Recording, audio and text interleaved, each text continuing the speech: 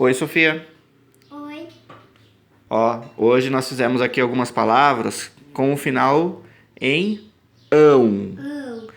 E para fazer o final ficar com o som de ão, a gente precisa pôr o símbolo De A.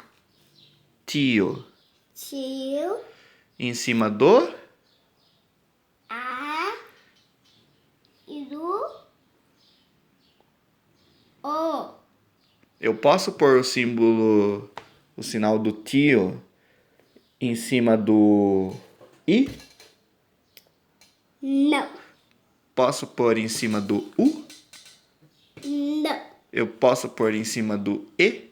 Não. Só no? A. E O. Muito bem. E ele tem o som de ão Ão. e ões. Ões. Como, por exemplo, leão